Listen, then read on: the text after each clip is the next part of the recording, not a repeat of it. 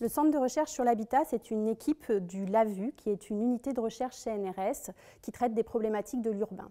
La particularité du LAVU, c'est d'être pluridisciplinaire et donc de regrouper des enseignants-chercheurs et des doctorants, des universités et des écoles d'architecture, toutes disciplines confondues, sociologie, anthropologie, géographie, architecture et urbanisme. Et c'est plus particulièrement dans ce croisement entre sciences sociales et architecture que s'intègre le projet scientifique du Centre de recherche sur l'habitat. Le CRH est né dans les années 70. C'est un héritage de l'Institut de sociologie urbaine qui avait été créé par Henri Lefebvre, Henri Raymond et Nicole Aumont.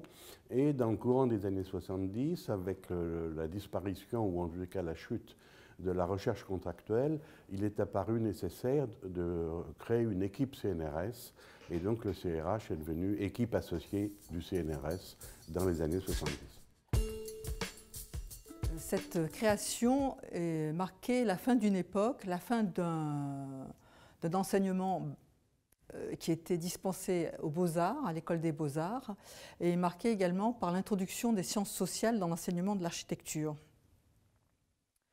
L'ENSA-PVS est héritière de cette tradition puisqu'elle est issue de la recomposition de plusieurs écoles, dont l'école d'architecture Paris La Défense qui a pris la suite de l'UP numéro 5.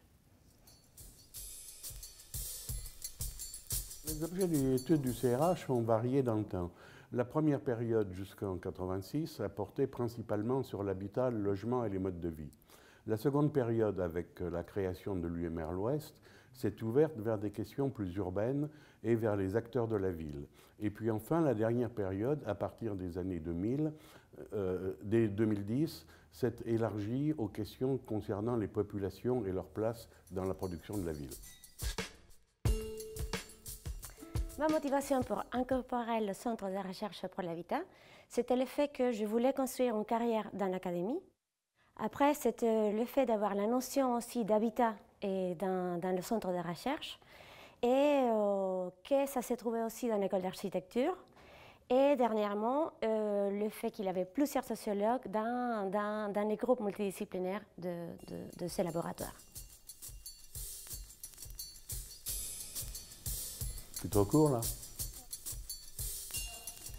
Là, c'est trop long.